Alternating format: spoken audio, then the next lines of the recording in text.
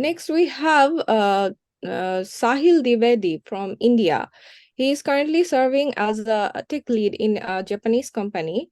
He did his bachelor's in Japan. So we will hear his academic journey in Japan. The stage is yours, Mr. Sahil. Hi, Nusrat. Thank you very much for the introduction. My name is Sahil, and I'm also an Indian. I wonder if there were like three Indians in a row. I wonder if it was intentional. So I came to Japan in 2015. I'll share my presentation here. So I came to Japan in 2015. Oh, apologize, I think.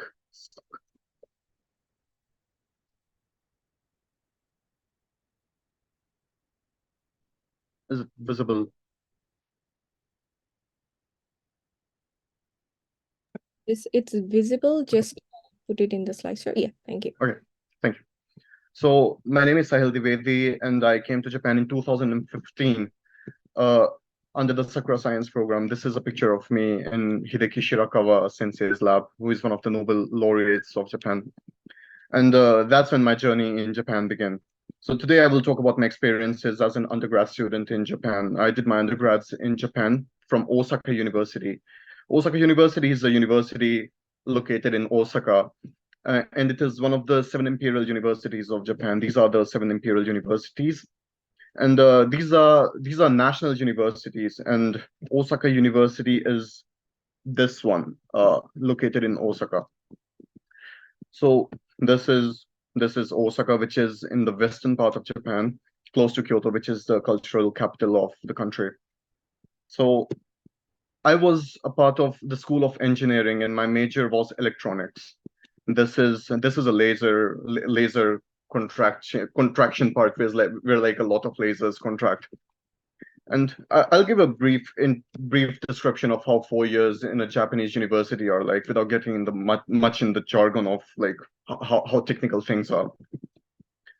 So there are four years in an undergrad student's life, as you might know already. So the first year in Japan is for general courses. Every student has to take general courses, which includes like two foreign languages. Mine was English and French. And you will also have like a lot of other mixed subjects, if you will, like African culture or English history.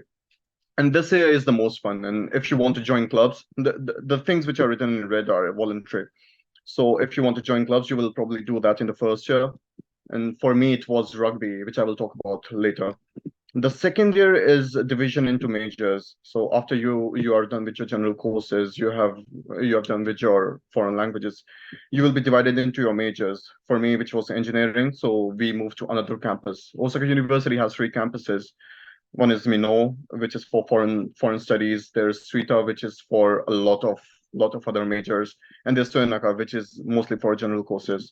So I moved to Suita campus, and this is when my specialization in electronics started.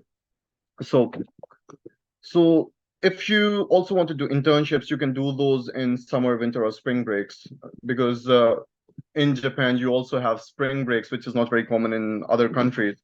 So you will have 2 months of spring break and 2 months of summer vacation, and I think 2 weeks of winter vacation. So if you want to do internships, you will probably do it in the second year in one of those breaks.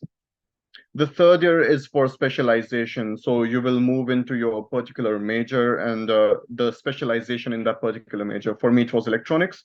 So most of our classes were based on electronics or something related to electronics. So there were no more general courses. And of course, like study gets very, very hard because it's mostly just specialization and you have to read a lot of research. And if you want to work in Japan, instead of going for masters, your job hunting should start somewhere in the middle of the third year. Most people start it in the spring break, but some people also start it in the summer break. So if you want to start job hunting, it's going to be in the third year's vacations.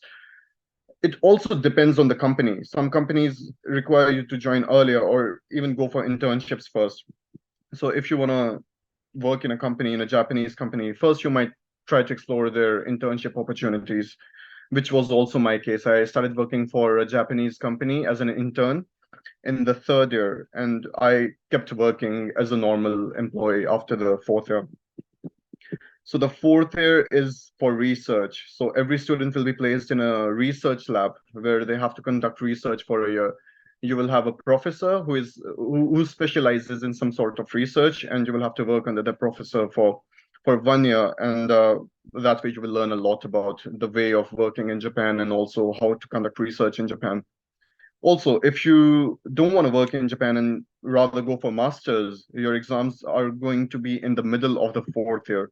This is specific for engineering, but I think it's kind of the same for other majors as well.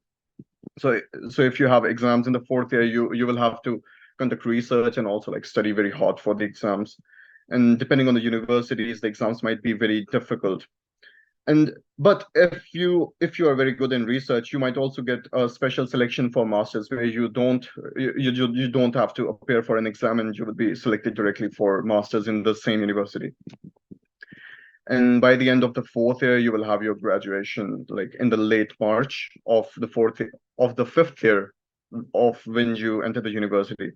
This is my graduation pictures. It was at Osaka Jo Hall, which is like the Osaka Castle's hall. And this is me in red, kind of a weird color. So, so if you go to a university in Japan, you will have a lot of international exposure, depending on which university you go to. If you go to one of the universities in the bigger cities like Tokyo or Nagoya or Osaka or Fukuoka, even Hiroshima as well, you will have a lot of international exposure. For example, in this picture, there are like students from 7 nationalities. There's a Brazilian, there's someone from Rwanda, from Peru, from Turkey, from Italy, and from India. So you will have a lot of international exposure. Also, in the research lab, it's not all about just research. Of course, you will have to do your research. My research was about kidney stones and studying the re-emergence of kidney stones. I also went to Springate, like Duty and Ha explained earlier, and it's also kind of like a great experience. I think everyone in this meeting went to Springate for some reason. So research lab also has other perks. You can do sports in your free time. You will have a lot of friends. You can travel around with them. So it's not just research. You will learn to work in a Japanese environment. You will learn how to socialize with Japanese people and how to work in their environment. So it's a win-win, I think, for everyone because you get to learn more about the Japanese culture. You also get to do your research, and in turn for the research lab, you also provide a sort of international exposure if you're an international student. You can also be a part of the club activities. I was a part of rugby, which was very difficult. I wouldn't recommend sports clubs because they are very difficult and you have to spend a lot of time. But there are like other clubs as well. There's exploration club, there's yacht clubs. These are all clubs of Osaka University. So these are kind of cool. You will make a lot of friends. You will also learn a lot of Japanese. So I would really recommend you to get in one of those clubs if you come to Japan. There's also circles, which are not as expensive or time consuming as clubs. So if you want to go for circles just for making friends, that's also a really nice opportunity, in my opinion. And you can also do other activities in your free time. As I said, you have 3 vacations: spring, summer, and winter vacations. So you can do other things like I used to do mountaineering a lot. I also used to do kayaking and doing outdoors. There's a lot of snakes in Japanese countryside, so be aware. And many students work part-time to support their studies. If you come here, expenses are very, very expensive. So you might have to work part-time. So there's a lot of part-time jobs here in Japan, which will also help you to like learn about the Japanese culture. I worked as a swimming coach for 2 years, and I also worked as an engineer and a developer for a few years, which later turned into my job. So I think that's a very great opportunity for you to learn about the way of working in Japan and also learn a new trade if you want. I wasn't very good at swimming, but when I started working as a swimming coach, they taught me a lot. So it was learning for me as well. So maybe go for something which you want to learn as well, because working in a Japanese environment, they will teach you a lot, even if you are very new to the trade. Many people also choose working as a convenience store staff. Depending on the university, it might be very close to your house or dormitory, wherever you reside at. So it might be a good opportunity of making money while you're also studying in Japan because it doesn't take a lot of time or experience. And you can also be an English teacher. A lot of my friends here are English teachers. There's also a lot of scholarships here if you want to support your studies. I personally came here under mixed scholarship, which is a scholarship by the government of Japan. But there are also other scholarships as well. For example, you have the JASO scholarship, or you also have private university scholarships. Every university has a bunch of scholarships which you can apply for. But first, you have to be a part of the university for that first. If you have any questions about that, you can probably like email the university and ask them about this. So this is it. I would really want you to come to Japan if you want to study in Japan and experience the culture. It's a very good experience. And if you have any questions about studying in Japan, about working in Japan, or about research, just let me know in the breakout rooms. Thank you very much. Thank you, Mr. Sahil, for your wonderful presentation. I hope many young students will be inspired from your information to come to Japan and pursue their studies. Now, let's invite Ju Yeon-sun from Myanmar, who is a PhD student in Kyoto University. Please have the floor for your presentation.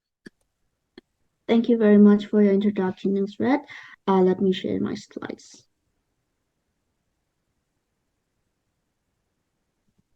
So, okay, I think it's visible for everyone now.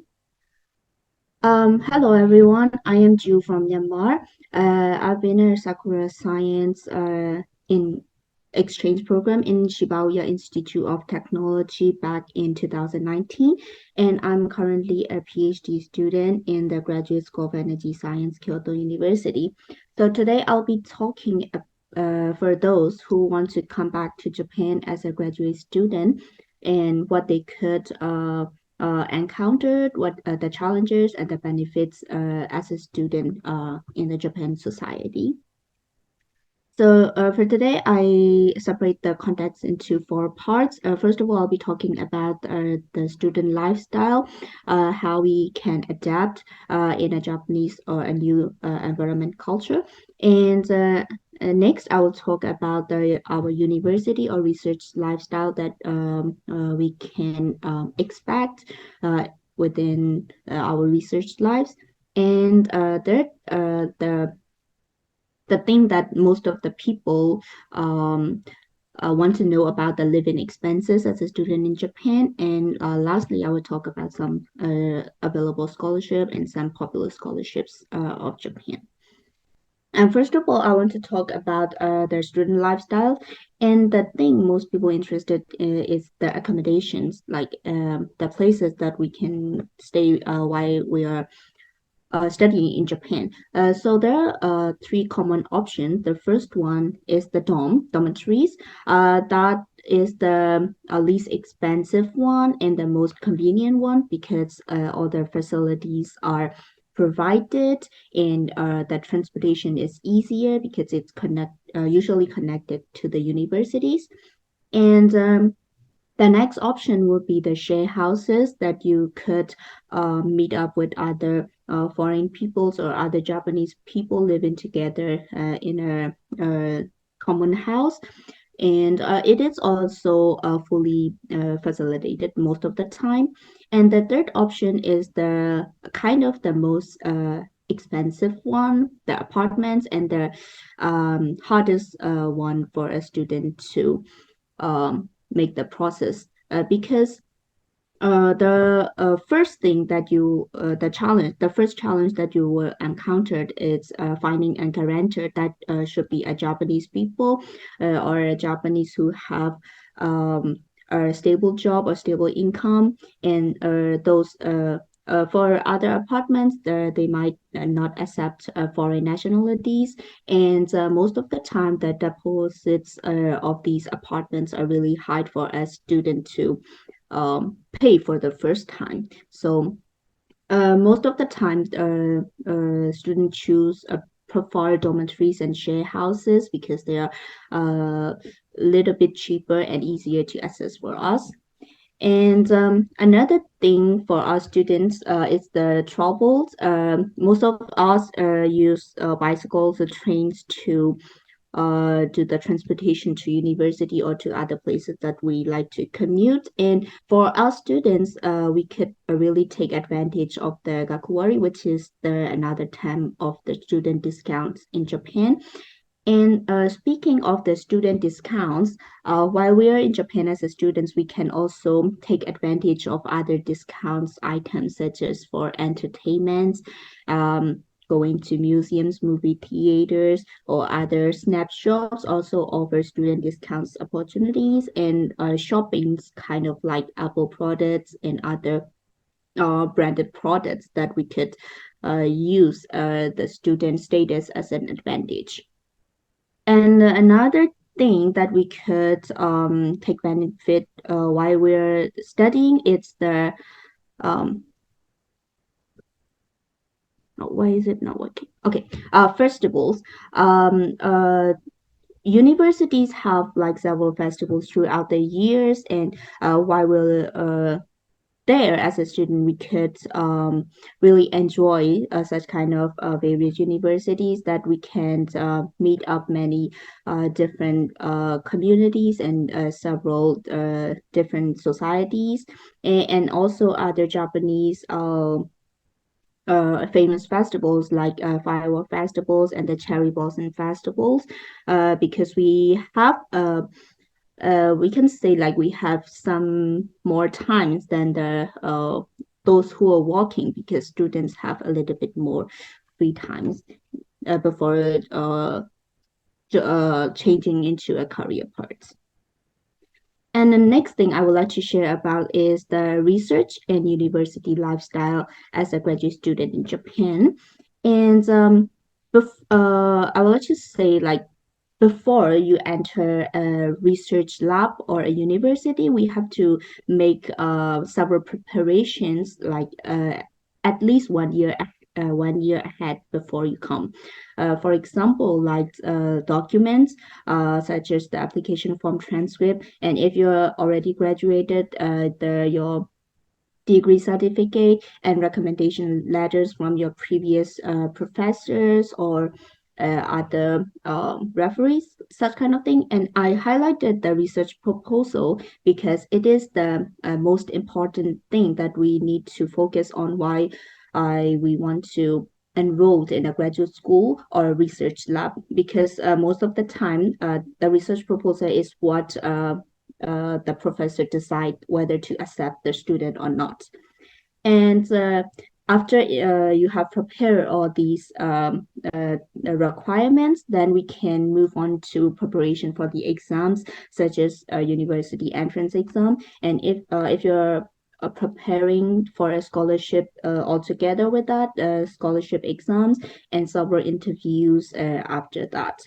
And another important thing is that the contact to respective laboratories and professors, because um, uh, it's better to know about the research environment or your professors or your research lab condition before you entering the lab for like in real life, because some might encounter like an unexpected conditions such that, and the professors might take several times to like reply back or to get contacted. So it's better to contact to your preferred labs or professors like at least several months ahead.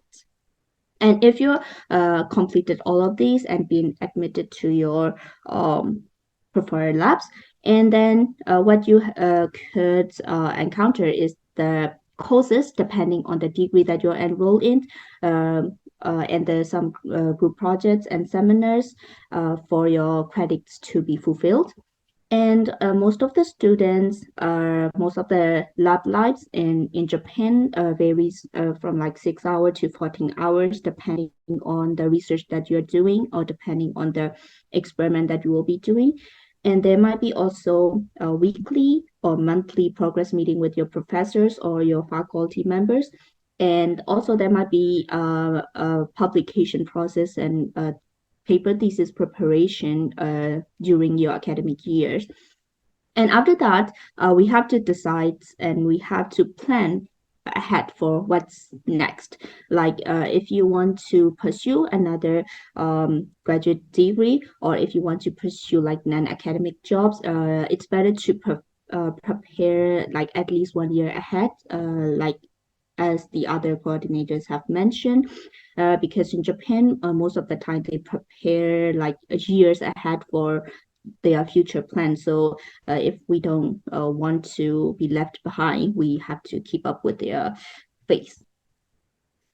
And another topic is most of the people that would like to know about, and many people ask me about that. Like, is it possible to live by just by doing a part-time job as a student in Japan? So I did some rough calculations from my perspective as a graduate student living in Japan. So as a part-time, legally we can do like 28 hours of work per week. So the minimum average wage is 1,000 yen. It might differ according to their areas or cities or your type of job, but the average we can say it's like 1,000 yen. So for a month we could get like 112,000 yen per month. So that's our kind of legal part-time income from that. So for expenses, expenses, I list out some common things that would cost us. For housings that I've mentioned, depending on the places that you plan to stay, like dormitories or apartment, it would cost an average of 50,000 for an average student. And food also, depending on whether you cook or whether you go to cafeteria every day or you eat out every single day, it can list an average of 35,000. And other necessary things that will be encountered in our daily life, such as the groceries, the transportation, or the must pay bills such as the insurance or the electric or gas bills. So if we added every single thing of that, an average, we could get an 114,500 yen. So I would not say it's totally impossible to live by the part-time income by that, but it would be challenging and hard for a student to use an income, a part-time income only, because there are several unexpected things that could cost, and it might be hard to like enjoy the real Japan culture or other things that we could experience during our stay in Japan. So that's one we trying to discover about the scholarships. Personally, I came with a MEXT scholarship through embassy recommendation as a master student, and then I continue as a PhD student at the moment. And so, if you want to know more details about the MEXT scholarship through embassy tract, you can we can discuss later onward. And there are also many other popular scholarships, such as JICA Scholarship for Research Students and the Honjo International Scholarship. And there are, of course, other many private scholarship as well. For example, from our Kyoto University, we offer Kyoto IUP Scholarship, which is the International Undergraduate Scholarship for specifically for the undergraduate students. And it's the stipend would be like 120,000 yen per month. So of course there are many other uh, more granted scholarships than that, and we can discuss more about that later in our breakout room. So thank you. That's it for now. Thank you very much. Thank you, Jusan, for your very informative and wonderful presentation. Now, let me thank you all the presenters for your insightful presentations. We can expect that the participants are encouraged to the messages you wanted to convey.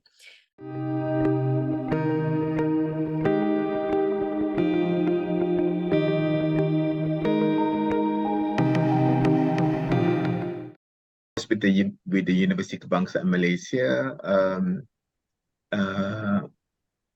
me and my students had the opportunity to go for this mobility program, short program to JF Oblin with a couple more universities funded by, I think it's GST or something like that, if I'm not mistaken, or JICA or whatever.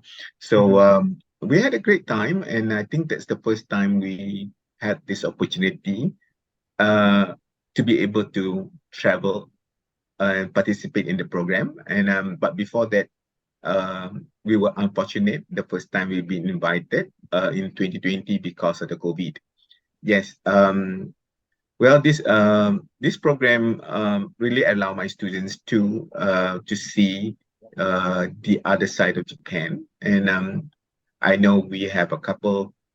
I didn't say couple. We have a few universities in Japan that we are our partners universities, and but this program allows my students to to see the other side of the university. This is more a program on sustainability that the students are allowed to travel to Shirahama.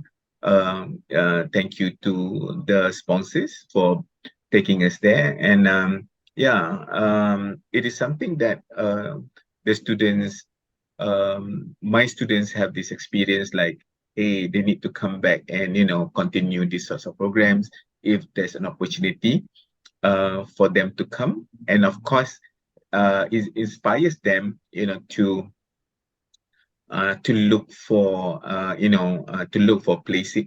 placement somewhere in Japan. I think they are excited to to study in Japan. But we do have students in Japan, like in Tokyo Foreign Studies University. We also have students who already graduated and work in Japan, but it's not under this program. So this program provide another platform for the students to to go to Japan and explore. And of course, well, it is all about them, how they want to to proceed with their intentions of like working in Japan or not. But this program allows them to understand the culture of Japan in some ways, and also learning a bit of Japanese language, where they are able to communicate with the Japanese students. But unfortunately, during our program, we don't have many Japanese students participating in the program. So I'm expecting quite a few of the students, but there's only like a couple of them joining. But anyway, we managed to. But I do believe that these programs inspired my students to go to Japan in the future. But it may not be this group, but maybe the other groups. But this group is more undergraduate students, but they are also looking for funding to go and do their masters as well as their PhDs in Japan. So if you have like what Sahil and Jusan, if you have like an informations where how my students will be able to go and pursue their dreams in Japan if they want to further their studies in Japan. I mean, like, of course, they need some financial support in order for them to go abroad. And we do have, someone who came over to talk with us during in some conference a few weeks back. And he's also part of the Sakura Science Club. And but the thing is that it's not so much information that we gathered during the conference. But if you guys can share how you guys are able to to secure funding to studies in Japan.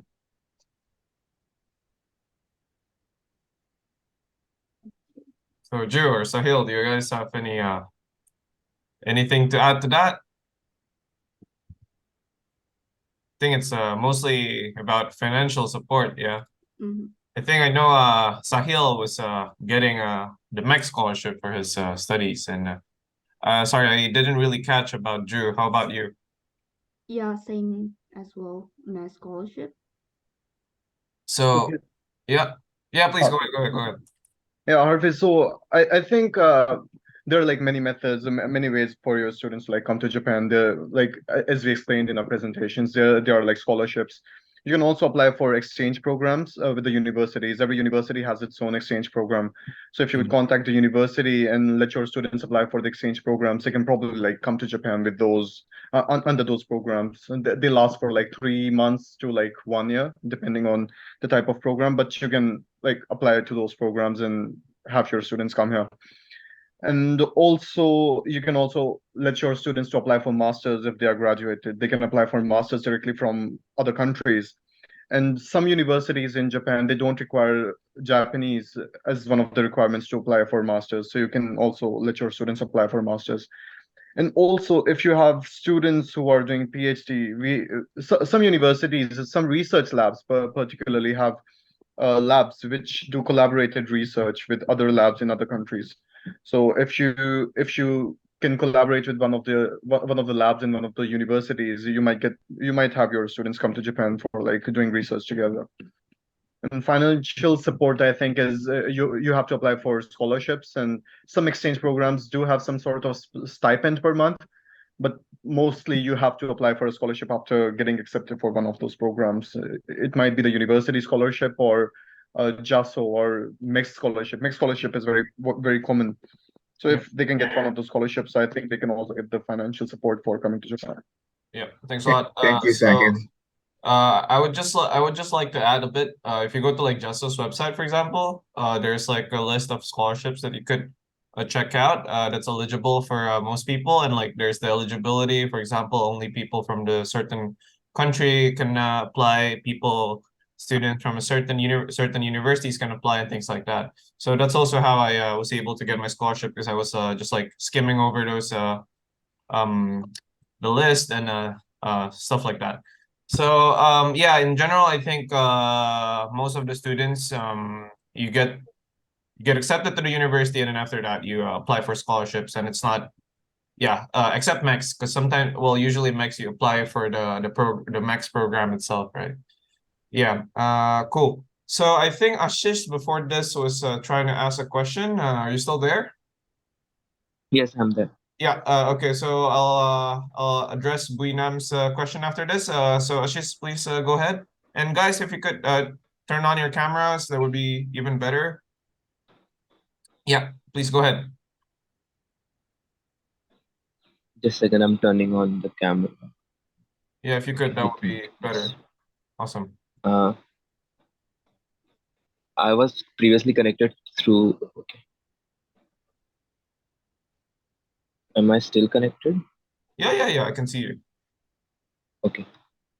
Sorry. I'm currently in 12th grade in India, Cool. and I'm actually preparing for. I actually visited Japan in Group 4. I was in Sakura High School exchange program in Group 4. So there they told me about MEC scholarship, and I also visited Kyoto, and I also heard about Kyoto IUP program. But particularly asking for MEXT, which also provides stipends and all those fees coverage, travel stipends, etc. So I'm currently in 12th standard. So how should I proceed further so that I can get a high chance of selection in MEXT regarding my academic, extracurricular, etc. Because uh, I have seen they mostly ask for research students. So based on that, I have actually wrote 3 research papers which also got published in various journals. So I have 3 research papers. So will that add on, and what more should I do to get selected as a MEX scholar? And yeah, so and what about the interview process, and how should I submit my documentation? So all the details. Can anyone guide? Yeah, thanks for the question. So you're planning to apply for undergrad or for master's? For undergrad, I'm currently in 12th Okay. standard in high school. Okay, cool. Maybe Sahil could add to that, yeah. Yeah, so I was in your shoes, I think like 6 years ago. So I also applied after my 12th grade, which is like the end of high school. So first you have to apply to the embassy for that. To get the mixed scholarship, there are like three versions of the scholarship. There's one for undergrads, for masters, and for PhD. For you, I think you have to apply for the undergrad scholarship. Yeah, The application for the undergrad scholarship is going to start somewhere around February of next year, and it goes on until April or March, April or May, I think, for the next year. So you first have April to to, May. yeah. So first you have to apply to the embassy of Japan in India, I think. There are like four embassies, so it depends which part of India you're in. So you first apply to the embassy, you have to go through a document screening, you have to have like a very good score in high school exams for the documentation to to be accepted in the documentation process. And after you're accepted there, you have to like undergo exams. If you want to go for engineering, you will have maths, physics, and biology. Not biology, it was maths, physics, and chemistry. And for Yeah, biology, you have to like for medical sciences, you have to also have like medical I biology think or some it's other test like that. Yeah. natural sciences B, Yes, A yes. and B. So there's A and B. So if you want to go for engineering, it's going to be A. For the other, it's going to be B. So just apply for the fields you want to major in, and then after you're selected in the documentation screening, you will undergo an examination, and if you pass the examination, you will have to uh, undergo an interview, which is not a very technical interview. It will just ask about your like motives or why you want to go to Japan. So just prepare for that, and you should be fine. It's the whole process is going to take you like 7 or 8 months. But if everything goes well, you will be selected to come to Japan in the April of the upcoming year of the year you applied. So if you apply So next which year, it's means going to be the next, yeah, 2 years after. 2025. Yes, 2025. yes. And I just a question. In documentation, I have seen it requires CBSC class 12th boards Hmm. mark sheet. Hmm. So Yes. it usually comes around May. May, yes. So it shouldn't be So a problem. It shouldn't be a problem when you apply for the scholarship. You won't have your mark sheet because it comes around May. So you can just apply with the high school first. In India, it's 10 standard and plus one yeah, standard 10th mark standard, sheet. You can 10th apply and with that, 11th. and after you're selected, you will have to send them your 12th mark sheet after May. So that wouldn't be a problem. Just apply with what you have. And regarding next written exam, what guides did you follow for clearing that written exam? Like I've seen it's English, PCM, which is physics, chemistry, maths, and English, and then a Japanese written test also. For engineering, you don't have to pass the Japanese exam. It's only for majoring in commerce or uh, it's called bunke, which is related to law or like humanities. For engineering, you don't have to like undergo the Japanese exam. It would be a plus for you if you get a good score in the Japanese test, but you can just like not give the test and still go through. I didn't give the test and it wasn't a problem. And if let's say I prepare for Japanese exam and get a decent score to beat others, will that be an add-on? Like Uh, I'm learning Japanese now. that might be, but your score in physics, chemistry, and maths are going to be the main basis Okay, for which you will be selected. Yes. So focus on those first, and after that, Japanese is optional, but it's not like a requirement. So first master the other subjects, and then you can like study Japanese. okay. And after let's say I clear the interview, and what's the process after that for selecting universities? Because I have one main university in mind, which is Kyoto University. After you get selected for next, you will come to Japan, and there will be 1 year of language training in which you will learn Japanese and also like engineering in Japanese or medical in Japanese, depending on your major. So after you complete that year, you will undergo another exam in Japan, and depending on that exam, your university will be decided by next. So even if you will have a list of 7 universities, and depending on your score, you will get the university which the country decides for you. Okay, so let's say if I want to go, if I want to select Kyoto University, how much score should I get in that written exam? It's a very comparative thing. I think there would be like other students from around the world, and it really depends on their scores and your scores as well. And also, if your scores are good enough to get into Kyoto University, even if you get selected for Kyoto University by mixed, you will have to undergo another exam by Kyoto University, and you will also have to undergo another uh, interview by them. So if you fail in one of those, you will be chosen. You will be moved to another university. So it really depends, and you still have time for that. First, like apply for mixed scholarship, and then you can like think of which university you want to go to. All right, so I Okay. guess that's quite comprehensive. Yeah. Thanks a lot for the answers. Maybe we could go back if you still have more questions, but let's go to our next question from Buinam. Could you open your mic and ask whatever questions if you have? Hello, everyone. My name is Nam from Ninh Bình General Hospital, Vietnam. And I have an opportunity come to Japan for about 1 week in the beginning of this year. And firstly, I would like to thank you to the our presenters. We have Chu Yun and Sahin. You have provide very helpful and important information about the study and life in Japan. Mr. Chu Yun provide very detailed information about the procedure and conditions. Also the expense. I have a questions for Mr. Chuyun and Sahin also. Is what is the biggest challenge and often challenge you have faces when you study and work in Japan, and there were any challenge relevant to the expense and language, and how do you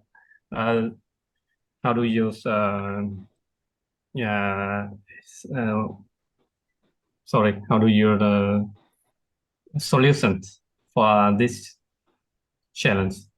Thank you. All right. Thanks for the question. So basically challenges regarding studying here, yeah? Children. Maybe we could start with Ju, if you have anything. अभी on था अभी बंद कर.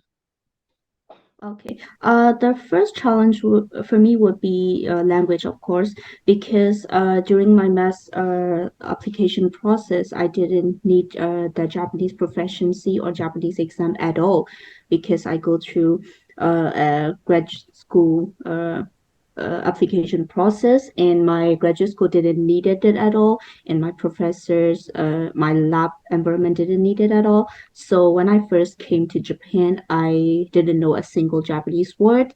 So it was okay for me to go through my academic life, but while I'm like living outside, or when I want to make friends with other people, or living a normal life in outside of university, the languages are a big barrier for me.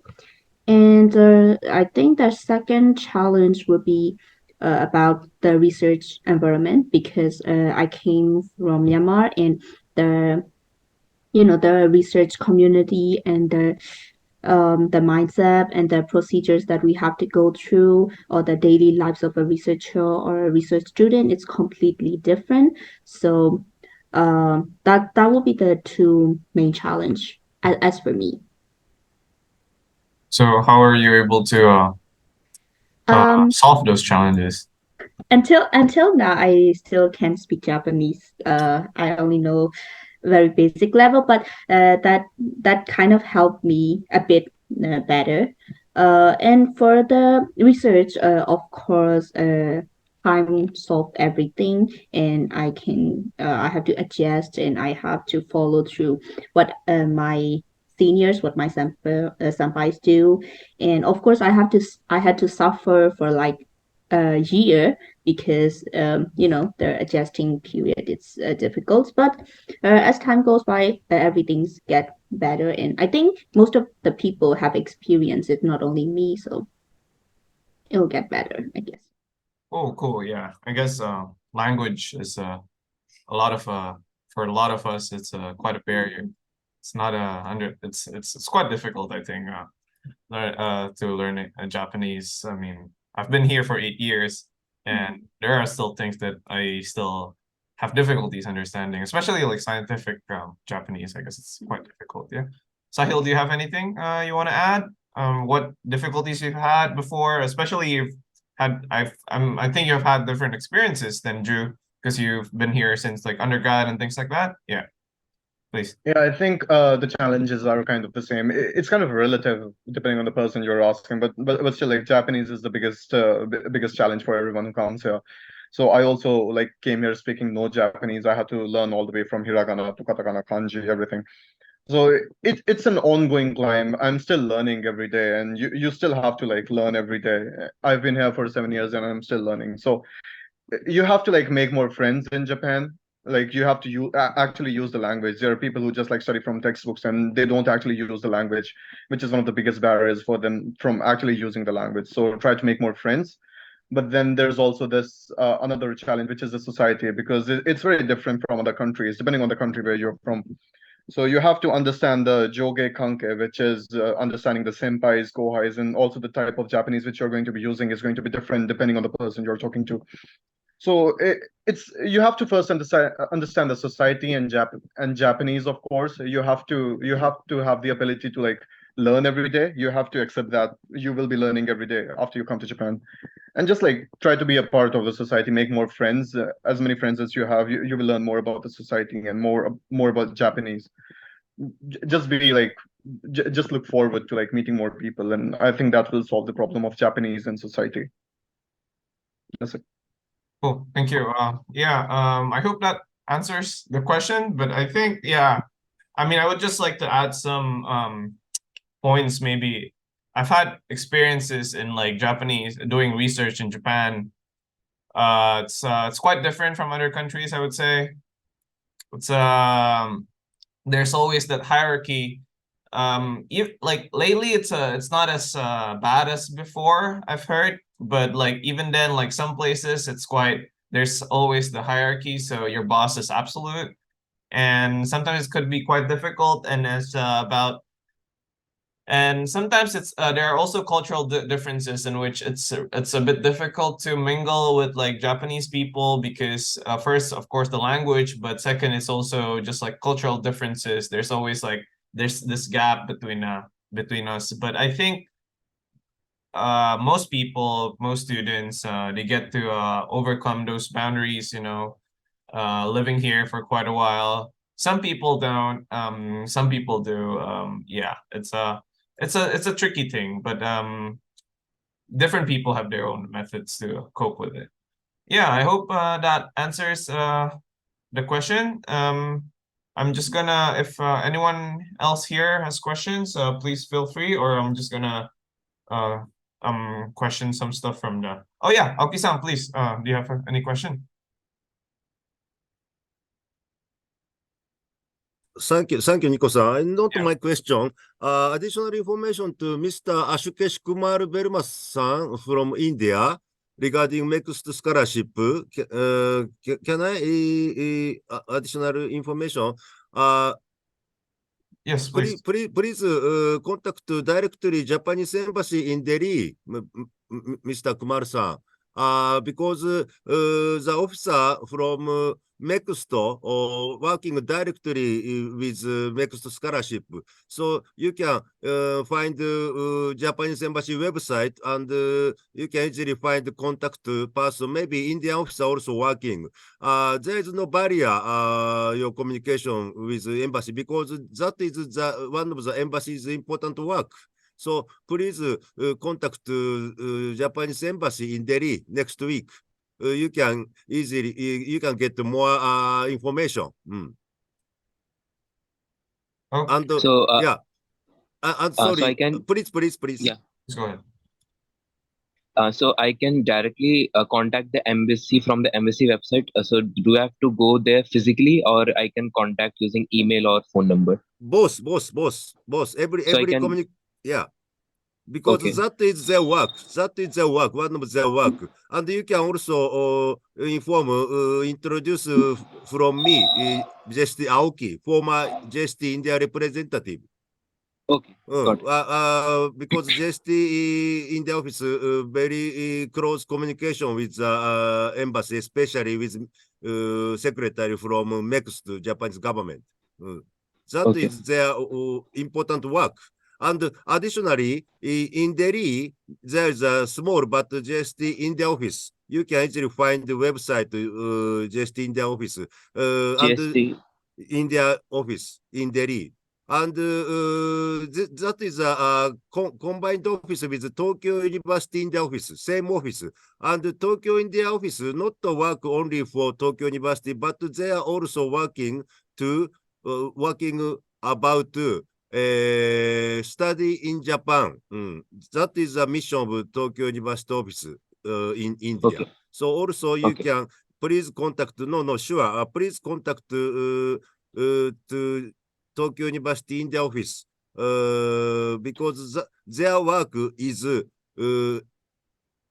your need. Their work is scholarship, information of scholarship. Okay. I'm living in Delhi itself, so I can directly go Okay, to their office. so please go to embassy. You can easily go to go. Of course, visit embassy is better. Direct Okay. and Sahudarujan Enclave. There is a JST and Tokyo University in the office. Perfect. Okay. So do I have to take a prior appointment, or I can just Yeah, visit them? you can just call and you can easily talk with Okay. Indian secretary. Yeah, I think you should go there. You Okay. just contact them, so that you know like how to approach them. And also to Mr. Buinam-san. Buinam-san is which country? Excuse me. Yeah. Mr. Buinam, which country? Sorry. Can you repeat your question? Yeah, your which is your country? I think he's from Vietnam. Vietnam. Yeah. Okay.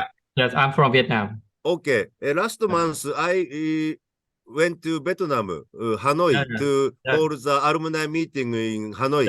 And so you can also contact with JAS office in Hanoi. You can get many scholarship information from JAS office. Yes, I know, but I would like to take part in the meeting with the more experience Of from. course. That is today's objective. Yeah. Okay, thank you so much. That's all from me. Okay, thank you, Aoki-san. Okay. Thank you very much. Sure. Okay, cool. Do you have Harveys? Do you have any questions or anything to add? Please go ahead. Okay, thank you so much, Nicholas-san. Okay, well, would you guys be, I know that this Sakura Science Club, you are, what do you call that? You are, I didn't say targeting, but more like, I want to see other students that, would like to, to find out how they're going to go and study in Japan. But here, I also would like to find out if you guys would be interested to, to meet up with my students virtually. Those that you can share your experiences and your knowledge about, studying in Japan and also working in Japan as well. So would you be, interested to, to meet my students virtually so that I can arrange? And I think it will inspire my students to, not only to go to Japan to study. Well, if they can find work in Japan, then there's a bonus for them. But it is also some things that we would like to promote also this internationalization kind of program that the students are able to see their options. There are so many options out there. All they need to do is just to explore. So if this platform were able to provide such, such options, would you guys be, interested to be invited to such activities? It will not be long. It's just more like sharing what you are shared earlier today. Okay, Harvis, thank you very much for the question and proposition. So basically, I think we would be open to that, some of us at least. So you could you could contact us, contact the SSC through for example, our Instagram page or like the email. Or actually, we do have this thing called Sakura Mentor. So there are some of our alumni that are within the Sakura Mentor. So your students could reach out directly to us. If you Google Sakura Mentor, Sakura Science Club, it will show on the first, I think the first search would be that one. So and from there you can contact, if you go down, you can contact the mentors and ask for advice at the bottom of the page. I'm gonna, if I could can I open this chat, everyone and meeting, I think, yeah, this one, yeah. So if you go there, if you go down, you could do that. And I think if you would want to do a virtual meeting, you could go through there. You could go through you could contact the secretariat so we could arrange a meeting or something if we have if let's say we have people that are interested. So yeah, I think that would be the best way to do it. We could go through the secretariat, so it would be more organized. Thank you. Sure. Okay, if are there any more questions from other audiences? Anything you want to ask? If not, I have some questions actually from the people who registered before. Nicholas-san, Oh, sure. just to give you an information, like the breakout room session will close at Yeah. 12. Yeah, not yeah. 10, 12. You have 2 extra minutes. Okay. All right. So I'm just gonna quickly get a question from the registrants. So one of which is how to apply to Japanese universities through the English track directly. And yeah, could you Ju, I think that's pretty much how you got your position, yeah. So how are you able to find the Japanese universities that were like that had like English courses? For me, I actually applied the Max scholarship first, Right. and then during the procedure, of course, Japanese test was required, Yeah. but it wasn't that much necessary because I still get the scholarship despite Yeah. I don't know Japanese at all. And after that, we have to find the universities, and that's why I'm saying like contacting the professors and labs ahead. It's really important because even though we are doing in the same university, like Kyoto University, some labs require Japanese skills to communicate with professors, or professor encourage them to do the thesis or research in Japanese. But some professors don't need Japanese at all, and of course, there are many international societies inside that lab. So that's why I'm saying like first decide on what you want to do the research on, your focus, and then find the labs, and then contact each professors or each lab not members, the faculty members ahead, like months ahead, so that you know the environment and you can predict what you're gonna face there, something like that. So. Okay. Yeah, thank you very much. So basically, I think I would like to add to that is there are a lot of English programs. So when I first came to Japan, like in 2015, so there was like this thing called the G30 program, which is like collection of like English programs in Japan by select universities. But now I think it's less centralized. It used to be more centralized. Now most universities have their own English programs. So I think the best thing to do is to go to the universities and find the programs. Most top universities, most like the top public universities, some of them most of the top public universities and also the private universities, they usually have like English programs. Some have for undergrads, mostly for masters and PhD. But I think for graduate school, most schools have to an extent programs in English. But for undergrad, it's a little bit less usual. Usually only big universities have that. And yeah, I think that's pretty much sums up our whole this breakout room. So if there's no more question, because I think we are running out of time, we could stop here and we could go back, I suppose, to the main room. Thank you very much, everyone, for joining, and I hope it was a good session, and I hope it was quite informative for everyone.